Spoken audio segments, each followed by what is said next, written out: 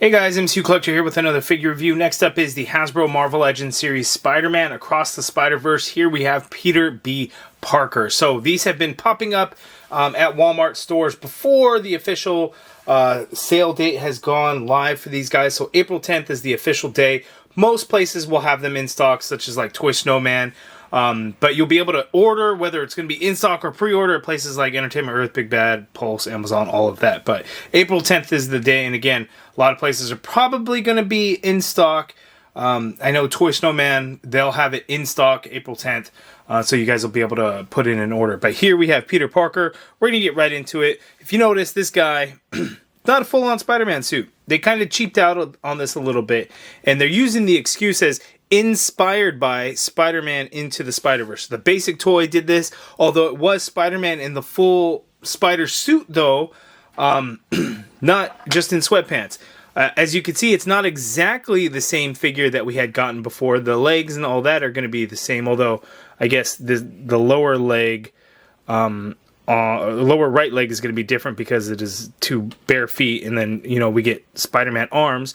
I would love to get a full-on Spider-Man figure for Peter B. Parker, so it's probably going to take until the third movie, Spider-Man Beyond the Spider-Verse. Maybe then Hasbro will do put the money in for the tooling of new lower legs, and new legs altogether to give us a full-on Spider-Man. But if you have this Peter Parker and you have this new Peter Parker, you have a semi-complete Spider-Man. So like hands and stuff, I got to see which ones. At least he comes with two whip hands, but we get a full mask this time, and then we have the arms for the Spider-Man, so that is really cool. So we'll check it out. Looking at the back of the package, we have looked at almost all the figures. We know the last one I haven't looked at yet is going to be Spider-Gwen. That will be the final figure. Here we have the Peter Parker, and despite this being sweatsuit bottom, not full-on spider suit, I think this is actually going to be a pretty good one. So let's go ahead and open up, take a look. Okay, so here's the Peter B. Parker figure out of the package, and he's a decent one, but there is limited articulation, and there's some weird things going on with, like, the sweatpants. As you can see, there's a big old gap at the waist, and that could be because Peter B. Parker should have a little bit more of a gut, right? He shouldn't be, like, super thin. I know, obviously, he kind of thins out, I think, a little bit in the movie, but, you know, at first, you know, he's portrayed as having a pretty big gut. So they left a lot of space in there to do that, or it's just so he can lean forward on that ball joint at the waist, because the diaphragm cut ain't going to be doing anything. So that could be part of it as well to allow the movement. Although I feel like the movement probably could still be there.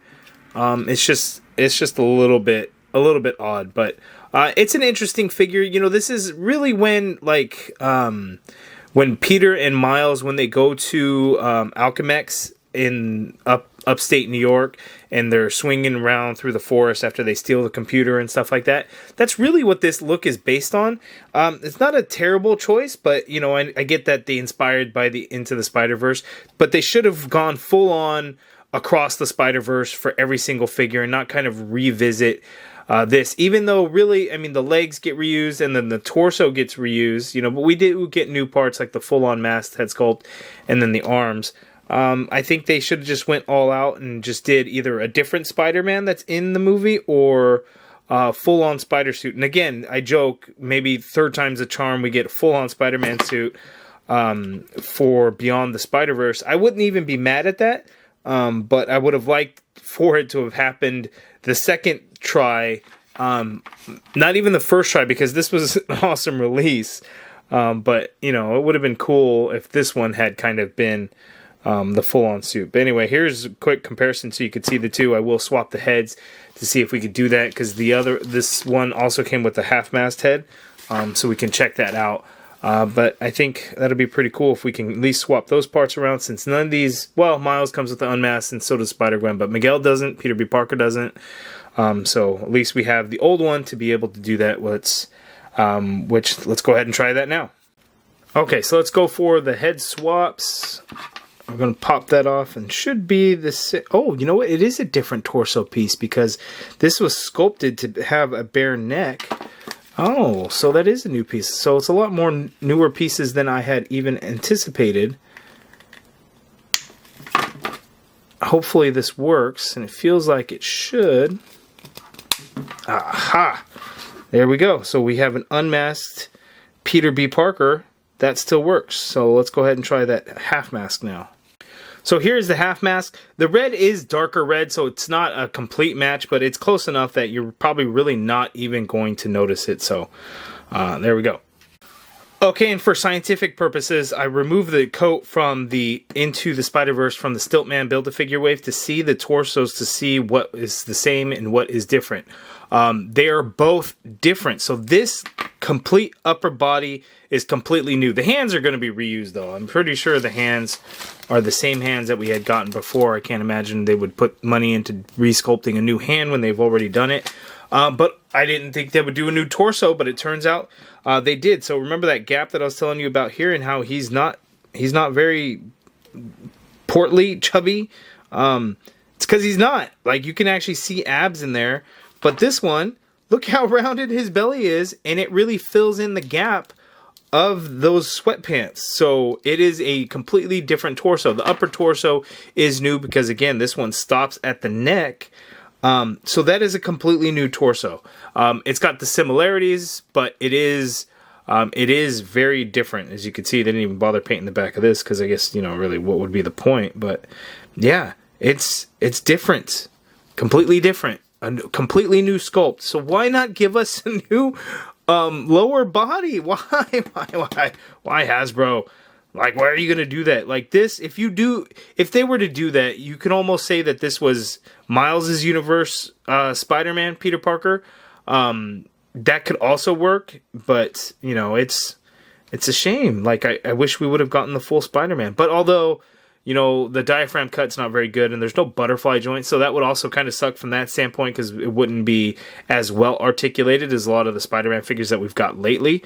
So just kind of an interesting design choice, I would say. But yeah, new torso. He's all slimmed down looking, and everything like that. So it's kind of interesting. I realized I didn't really get in for the closer look. So looking at the Spider-Man head sculpt, I don't really care for the shape of the head sculpt, and I know it's going to be because of the animated style, the character design. It's just kind of shaped funky, but other than that, it's pretty good. The lenses, the paint and stuff, it's not too bad. No web lines are painted, unfortunately, on this Spider-Man, but as you can see, he's got abs. So this is, again, the slimmed down version. That's why there's so much extra space there in the sweatsuit. Paint-wise, it looks pretty good. The back spider logo over the blue looks really good.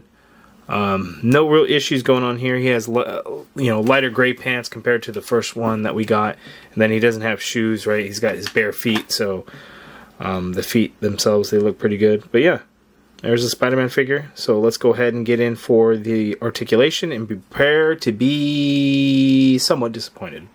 Okay, so Peter B. Parker's articulation. Head is on a disc hinge, so he can look all the way up, which is great. He can look all the way down as well. Full rotation swivel on that head. You get some pivot in there going, I guess. Not really a whole lot, but some. The shoulder you can get to go... Hold on, let me see if I can work that shoulder a little bit more. Yeah, it wants to only go up that much. It feels like that's not enough. The right arm seems to go up a little bit more, but that's it, unfortunately. Full rotation in there. You have the upper bicep swivel. Pinless elbows, so pinless double jointed elbow gives you that much bend there, so that is good. Wrists swivel, and they do hinge, and that's going to be the same for the fists and the whip hands. You have the standard horizontal hinge. Here's where the disappointment's going to be. This diaphragm cut, extremely, extremely limited. Like, if you want to just... Let me try and hold the lower torso, because if I try to move the top, the torso on the ball joint waist will want to move. But, like, moving just that upper diaphragm, like, you get no pivot side to side on that diaphragm cut. You get a swivel, and in terms of going front and back, that's it there. Like, that's hardly anything. But luckily we have the ball joint waist, so, you know, tilting to one side is gonna really come into play from that waist. So tilting to his left, tilting to his right, as you can see there. Going back isn't a whole lot, somewhat, and then coming forward is actually really far forward again, because that's because of the ball joint waist. There, the diaphragm cut really doesn't provide anything for that. But one thing is, when you bend him down forward that much, as you can see, it kind of pulls apart there, and then it kind of lifts up over the waistline, so then you have to just kind of squeeze that rubber portion and kind of get it back in there. And then there is somewhat of a swivel at the waist also, but the diaphragm cut is really where you want to do that. Legs go out that far apart. You can kick forward pretty high, straight on out like so. Leg goes back ever so slightly. You got an upper thigh cut in there. Double jointed pinless knee. Hold on, these knees are very stiff, but you get that much bend there at the knee. That works out. There is a swivel at the shin, I guess, be right at the bottom of the pant leg. You have that swivel. Foot hinges down all the way. Get a little bit of hinge going up. Ankle pivot, pecals at the bottom of the feet. So not like super terrible articulation, but this is Spider-Man. We want more out of that diaphragm cut, and butterfly joints would have helped out a whole hell of a lot. So it's just disappointing it's not a full spider suit either, and that's really the biggest criticism. And again, that's just because they opted to do an inspired by Into the Spider-Verse as opposed to a Peter B. Parker for Across the Spider-Verse.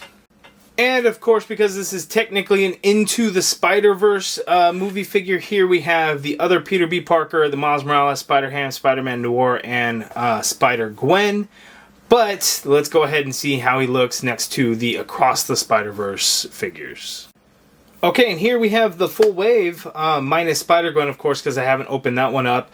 Again, you throw all of the characters, all of the figures from the movie together. They're all stylized and all kind of match and everything like that. The wave looks to be really good. Again, individually, they're not so great. Even this Peter B. Parker, like, it's okay. But it's like, man, you just want so much to have the full-on Spider-Man suit instead of, from like one scene of the first movie. It's like, why not give us something for the second movie? They went through the effort of retooling arms, a new head, a new torso, a complete upper body minus the hands. The legs would have been a very, very nice touch. Unfortunately, we did not get that. But, maybe third time's the charm, Beyond the Spider-Verse, maybe then we'll get it. We'll see, because then Hasbro will just have to then create new legs and sculpt them out, and, and they won't have to do all of it. So half now, other half later on, I guess. We'll see. But you guys let me know down in the comments below, what do you think of this Peter B. Parker Spider-Man figure? Are you excited for the movie? What do you think of this wave so far? How do you like them all next to each other and everything? Because I think that's the big selling point, is when you really see them all together. But you guys let me know your thoughts in the comments below. If you guys like this video, please do me a favor and hit that thumbs up button. Subscribe if you haven't already done so. Hit that join button to become a channel member and be a part of the MCU Collective. And as always, thank you for watching.